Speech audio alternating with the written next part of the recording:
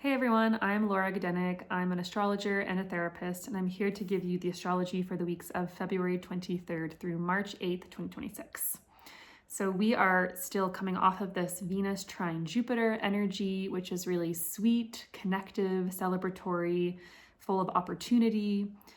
We're still feeling probably the effects of Saturn having just entered Aries and conjoining with Neptune in Aries, and that will become more apparent what that's about during Aries season when the Sun and Mercury and Venus and Mars are all in the sign of Aries. So that'll be a lot louder then.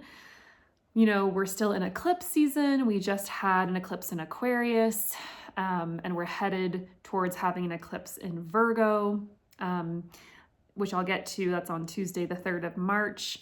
So we're in a lot of change right now. There's a lot of maybe instability, a lot of flux, a lot of up and down, yes to this, no to that, shifts, changes. It's all in the air right now. So that's the context from which we are starting these next few weeks. So on Wednesday, February 25th, this is when Mercury stations retrograde in the sign of Pisces. This is happening at 22 degrees of Pisces. And it'll be retrograde until March 20th, 2026. And this is a time of review. We are really reviewing and reflecting over the part of our charts that contain Pisces. This is going to be most impactful if you have planets in Pisces or if you have a mutable rising sign, so that's Pisces, Virgo, Sagittarius, or Gemini. And I just wanted to make known that Mercury in Pisces is already a little bit messy in this mundane reality that we live in this world. Mercury in Pisces is very much the poet, the dreamer, the most impractical communicator. Things get a little murky or unclear when Mercury is in Pisces because Mercury in Pisces sees things in a special way. So if you are someone who has Mercury in Pisces natally, you might kind of identify with this archetype of the poet or the mystic or, being able to see or grasp onto things that aren't necessarily tangible or clear. And so, Mercury in Pisces is a little bit messy for getting things done, for communication, for, focusing on practical details. And it's going to be even messier when Mercury stations retrograde in the sign of Pisces. So give yourself a lot of spaciousness and breaks, go slow, give other people grace. There might be heightened miscommunications or misunderstandings, breakdowns, delays. So give yourself a lot of extra time as well to get things done, to get places, for people to get back to you.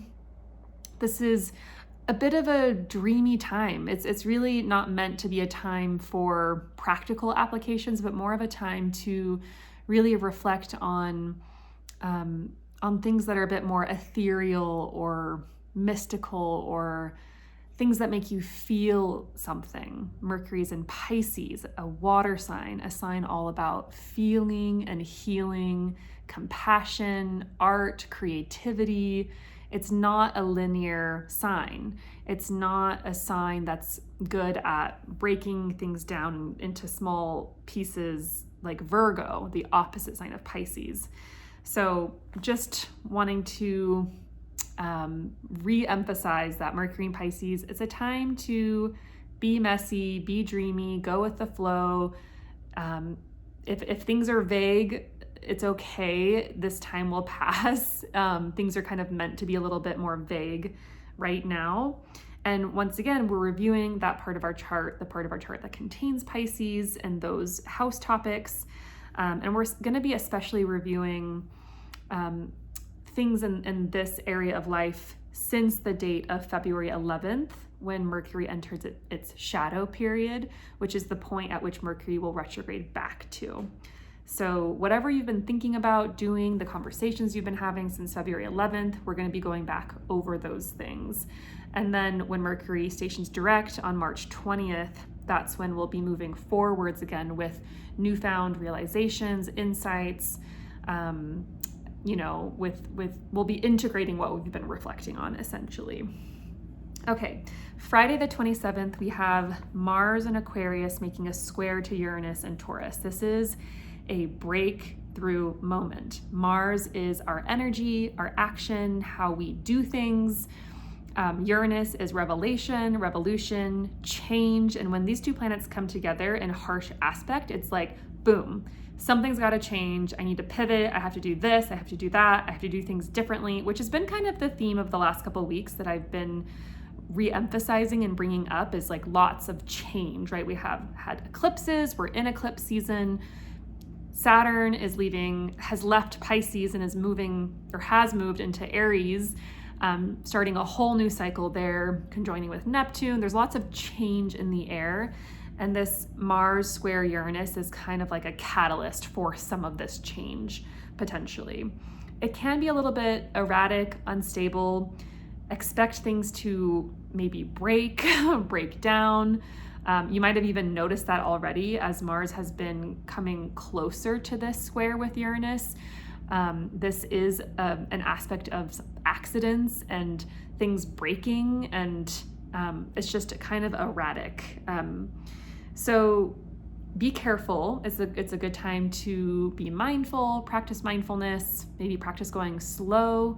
You might even notice wanting to do things differently, or just have a burst of spontaneous energy with this aspect, which is, great to pay attention to. But be careful, but notice the stirrings within you of wanting things to change right now. Mars can be a little bit impatient. Okay, so Friday the 27th, this is still the same day as Mars square Uranus. Mercury is making a conjunction with Venus. Mercury is retrograde, Venus is moving forwards. Venus, goddess of love, beauty, connection, joy, coming together with Mercury has us maybe reflecting on the things that bring us joy, that make us see beauty or experience wonder. It's a really great day for relationships, for exchanging sweet words, how you feel about people in your life. And you might even be reflecting on past relationships or current relationships as Venus, the goddess of relationships, comes into alignment with Mercury, currently retrograde, reflecting over something. Also, really great day for any sort of creativity, creative writing, really just emphasize to journal. I really love the practice of automatic writing, which is just essentially just free format, no rules. You just let your mind flow, see what comes out. It's really fun. Okay, March 2nd, Monday, Mars heads into Pisces. This is adding to the emphasis on this house and your chart, to the sign of Pisces. We'll have a pile up of planets in Pisces by this point. I think the Sun, Mercury, Venus, and Mars will all be in Pisces come March 2nd. So our energy, Mars, is being more so directed towards this part of life, this part of our charts. Tuesday the 3rd, this is when we have the South Node eclipse in Virgo at 12 degrees of Virgo. Remember, eclipses indicate major changes, major endings, and major beginnings.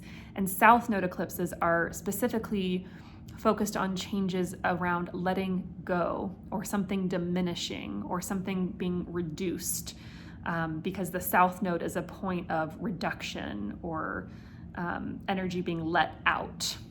And so this isn't new. We've had changes happen in this part of our charts for over a year now, but this is just a continuation of this story, whatever that story is for you. We will have one more eclipse in Virgo next year in February.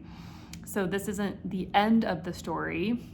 This is just a chapter in changes happening in your Virgo house. This will be more important for you if you have Virgo planets, and or if you have mutable rising signs. So once again, that is Virgo, Pisces, Sagittarius, or Gemini. These eclipses, or this eclipse in particular, will be more impactful. Okay, Wednesday the 4th, Venus in Pisces sextiles Uranus and Taurus. Remember, Venus is about relationships, love, beauty, connection, and this brings about easeful changes in relationships, any changes that have been needing to happen. This is, sextiles are easier energy to deal with compared to a square or opposition. So any shifts that have needed to happen in relationships, this makes it a little bit easier. You might be a little bit more expressive in style or want to make a change with regards to how you express yourself stylistically. You might want to try something new and exciting. That's Uranus. That brings pleasure or joy, Venus. So that is happening on Wednesday the 4th. Okay, Thursday the 5th, we have the sun in Pisces making a trine to Jupiter in Cancer, who's currently retrograde. So this gives us more access to Jupiter energy and Jupiter themes in our life. Jupiter themes are hope, peace, forgiveness, a higher perspective or a broader perspective, purpose, healing. The sun represents our consciousness, how we identify who we are. And so we just have a little bit more access to Jupiter energy on this day.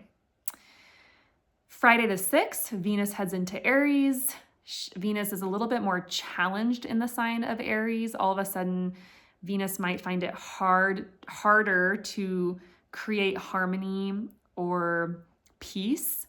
That's one of the beautiful things about Venus in her home signs of Libra and Taurus is peace and harmony come really easily and naturally, although sometimes Venus in her home signs can create people-pleasing tendencies or the inability to rock the boat or a lack of desire to rock the boat. I would say Venus in Aries is really good at rocking the boat, is not afraid of conflict, is ready to face injustices, and is a little bit more courageous and bold in the fight for peace and harmony and justice. So Venus in Aries is certainly less people-pleasing, sometimes can bring up conflict and make us more prone to getting into conflict. But the good thing about that is that we are able and willing to face disagreement and work through it, hopefully, potentially. So Venus will be in Aries for a couple of weeks, and she's going to pretty much immediately on Saturday the 7th come into a conjunction with Neptune, and then she'll conjoin Saturn on Sunday the 8th. So first of all, Venus and Neptune together are all about divine love, really being connected to something that is mystical and spiritual in nature. You could think of it as cosmic love or just love for humanity. This is kind of the higher vibe of Venus and Neptune together, is this really immensely open heart and this sense of forgiveness and understanding and compassion for people and just God-like or goddess-like love for others. On the lower end of things, Venus and Neptune can sometimes have us be wearing rose-colored glasses where we aren't really seeing things or people very clearly. We are seeing an illusion. We're seeing what we want to see, and sometimes we can feel a little disappointed later on as the veil inevitably comes down or unfurls. And so Venus-Neptune can also indicate deception, whether that's self-deception or deception by another person. So just something to kind of be aware of.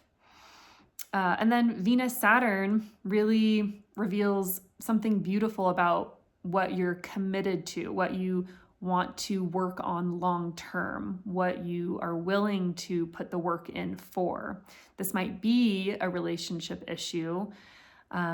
It can also reveal what you're a no for, what you don't want to do anymore in relationship, and where your boundaries are. Saturn is a planet about boundaries and limits. So, if the Venus-Neptune, like rose-colored glasses experience happens and you're, seeing someone with too much of rose-colored glasses and the veil comes down and, Venus Saturn might be like, look, I can't do this anymore, or I can't function this way in this relationship anymore. And then on the other end of the coin, Venus Neptune could be this Venus, Neptune, and Saturn altogether can be about committing to a very high ideal form of love and really wanting to work towards these higher principles of how to maybe love yourself, love others, love the world, Venus being the goddess of love. And how can you commit to this higher path, essentially? Yeah, so that is, I forgot to mention too, on Saturday the 7th, Mercury, currently retrograde, comes into conjunction with the sun. This is called a cazimi. When any planet enters the heart of the sun, that planet's significations becomes illuminated and we gain clarity around what that planet signifies or represents. So the 7th is also a day where we might come into greater clarity or have an aha moment around what this Mercury retrograde represents for us in our Pisces houses in our charts. So just pay attention to that day. What insights come up? Maybe there's missing information that is revealed. Maybe you have clarity about something. Once again, a really, really great day to do some journaling and self-reflection. So that is the astrology for the next couple of weeks. I'm always ready and happy to show you how the astrology is showing up for you more specifically in your personal birth chart. If you're interested in that, please reach out. I'm available for consultations. Also, if this video helps you in any way, I really would appreciate a like, subscribe, comment. Would love to hear from you and how this lands for you.